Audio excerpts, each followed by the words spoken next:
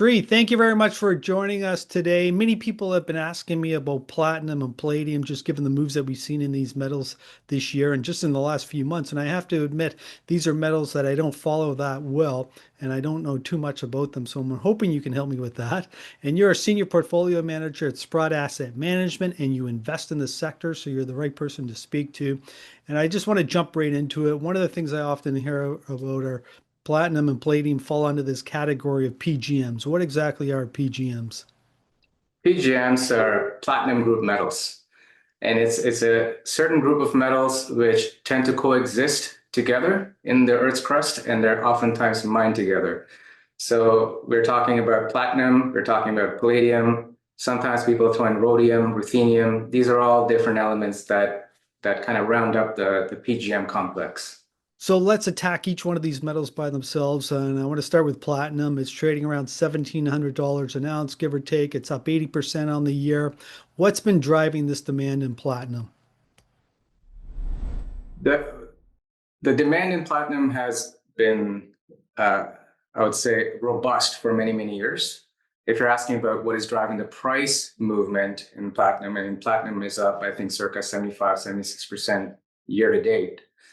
The big driver behind it is actually the recognition by the broader market that the demand for platinum is far outstripping the supply, and the supply of platinum is highly inelastic, whereas the demand remains unrelenting, and there is certainly very few ways of substituting away from platinum that we know of right now.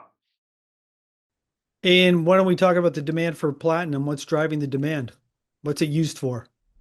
So if you look at platinum, there are a number of different sources of demand. The biggest source of demand is the auto catalyst. So most people who drive cars, especially the cars that are either hybrid or have an internal combustion engine in it, requires the installation of a catalytic converter so that the emissions are able to stay as clean as mandated by the government. And that is the biggest source of demand for both platinum as well as palladium. The second big source of demand is industrial uses. And it really gets into a lot of the nitty gritty, but everything from glass making to chemical manufacturing to petrochemical refining, it all requires the use of platinum. And palladium also has a small industrial demand.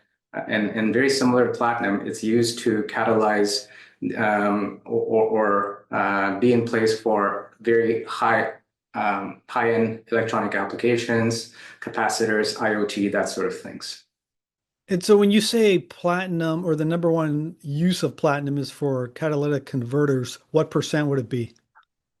About 40% of the total demand, and I'm always going to be off by a few percent depending on which year you're talking about, but about 40% of the demand for platinum in any given year will be from the automotive sector, and about 40% is from the other industrial sector. And then we have things like jewelry, as well as investment demand, be it for ETFs, bars, etc. And why don't we talk about the demand and supply? You just spoke about demand, but what about supply? What's going on there? Do we have any mines coming online or? So the short answer is yes and no. So we have some mines that are expected to come online. So Ivanhoe is looking at starting up their Ivan Plats operation. But on the flip side, we also have some of these old tired mines in South Africa that are slowly winding down their output or may even get shut down. So net, when you look at the top line, the total number of ounces that are coming out of the ground is 5.5 million ounces as far as the eye can see. And then you add on a little bit of recycling. These metals can be reclaimed when cars are, I guess, sent to the wreckers. Typically about 1.5 million ounces any given year. So for platinum, you're talking about a total supply of 7 million ounces. And demand is? Demand is 8 million ounces. Again, give or take. There's always a bit of a fudge factor there. No one really knows. But in any given year, the demand for platinum has been in that circa 7.8 to 8.2 million ounces. And that, if you look at the 7 million ounces supply, naturally that leads to about a million ounces of a deficit. And that has been the case for the past few years where platinum has been in a deficit. And in the coming years, the expectation is for the demand to actually go up. We can get into some of the reasons why, but the expectation is for demand to increase ever so slightly. And against that, the supply is not responding. Well, let's get into some of the reasons why. And I want to ask you first about EVs. Uh, 5 years ago, like everybody wanted an EV, and then it kind of topped out 2 or 3 years ago. In North America, anyway, the number of units being produced, the number of units being sold has come down quite a bit. Is this price move that we've seen in both platinum and palladium, does it have to do with more people buying traditional cars or internal combustion engines? I would say that it's part of the picture because while, like you said, a few years ago, the expectation was for the EVs to really ramp up and take bigger and bigger market share from gas-powered engines. And the reality has been somewhere less than expectations. So in North America, for instance, the uptake of EV has really slowed down. And in China, the uptake of EV has been quite strong, perhaps because there has been a huge push from the governmental side of things.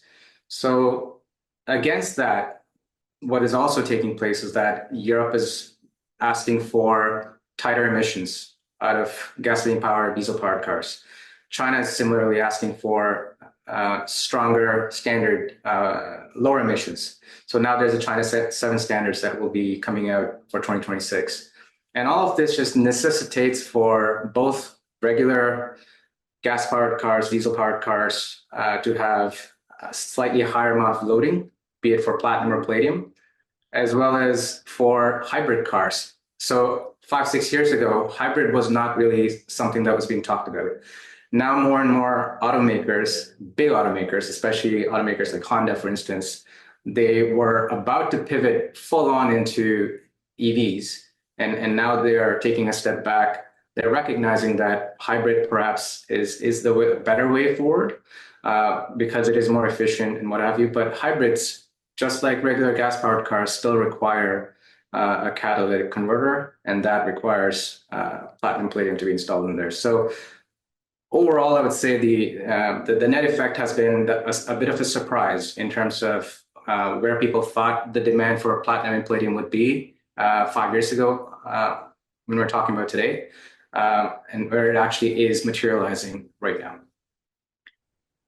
Yeah, I actually took a Honda hybrid out for a test drive just recently, and I was surprised how nice it was.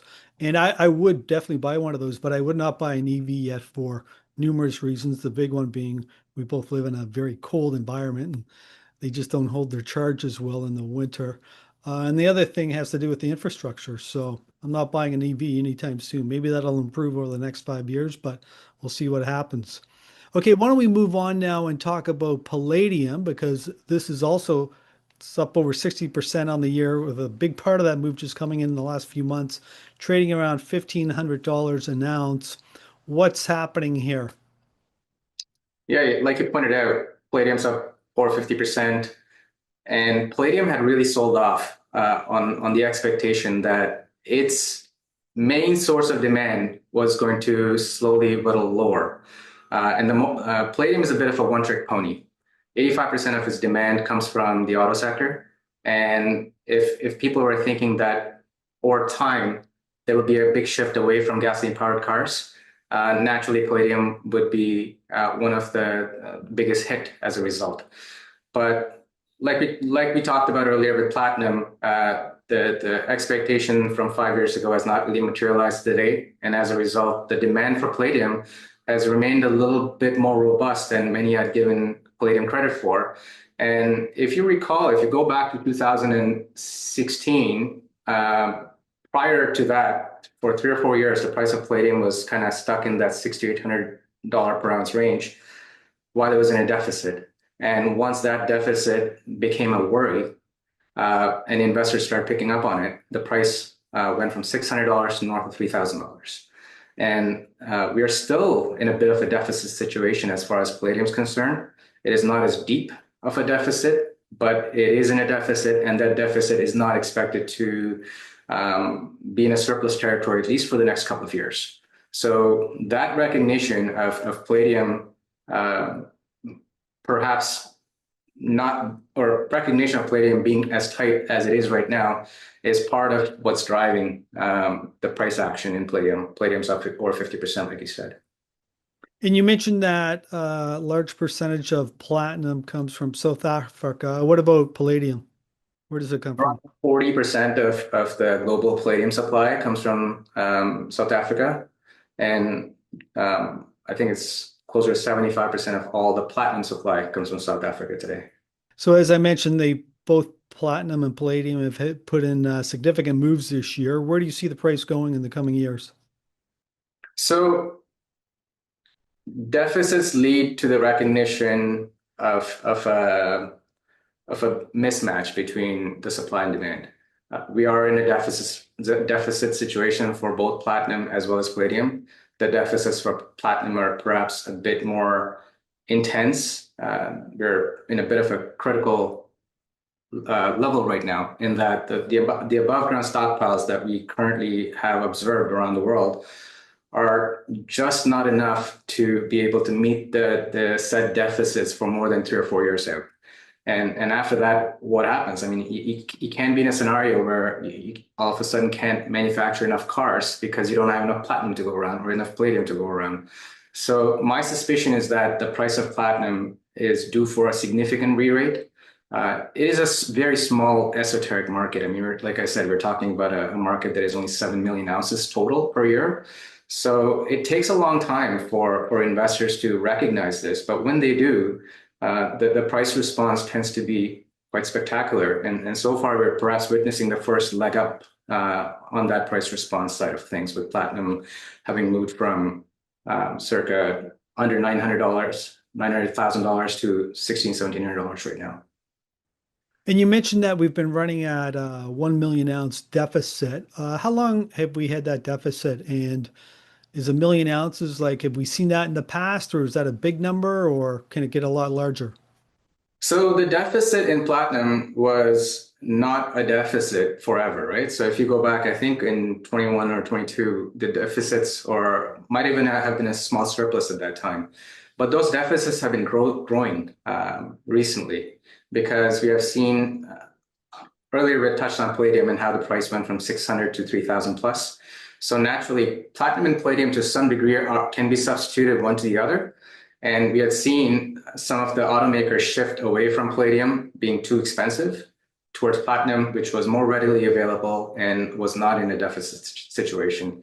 So now we're left with a market for both the metals where they're in deficit. And like you said, the platinum deficit is there, and it has been growing over the past few years as automakers have substituted away from palladium. It's not expected to change for the next however many years, because there's not a lot of extra supply of the metal coming out of the ground. So to answer your question, not always in a deficit, but the deficit is expected to persist for at least the end of the decade. Shree, I think it's worth noting that when it comes to mining platinum or palladium, we don't have any pure platinum mines or pure palladium mines. Maybe you can just speak to that. You're absolutely right. We don't have pure palladium or platinum mines that we know of. Oftentimes we get PGM mines. At the outset of this conversation, we're touching on what is a PGM. It's a basket of different metals, platinum, palladium, and a few other metals. Typically in a South African mine, these metals, they co-occur, with platinum being the dominant element. In the rest of the world, we oftentimes see PGMs co-occur with nickel deposits, sometimes with a little bit of copper, what have you. But they tend to be a credit as opposed to a primary metal that is output from these mines. There's always the one-off situations here and there, like we have a palladium dominant mine in Montana, for instance. But by and large, outside of Africa, we're talking about platinum and palladium being mined as a credit to other metals. And within Africa, we get platinum and palladium mined together, but there are no platinum mines and there's no palladium mines. Well, Shree, this has been a good overview of both palladium and platinum, and I want to thank you very much for spending time with us today. If somebody wants to learn more about these metals, where can they go? They can go to sprott.com. We try and provide as many insights as we can.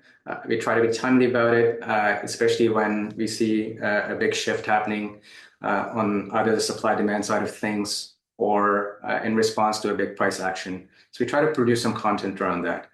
There's also other sources that people can visit. There's the World Platinum Investment Council, WPIC, for instance. They provide really good numbers. Johnson Matthey Platinum is also a really good source of information as well. And Tree, if an investor wants to invest in platinum or palladium, does Sprott offer any products that focus on these metals? We certainly do. SPPP, the Sprott Physical Platinum and Palladium ETN, is the offering that we offer to investors. Within it, you'll see that it contains both physical platinum, as well as physical palladium, giving investors exposure to both the key PGM elements in a single wrapper. And what markets does that product trade on? It trades on the US exchanges.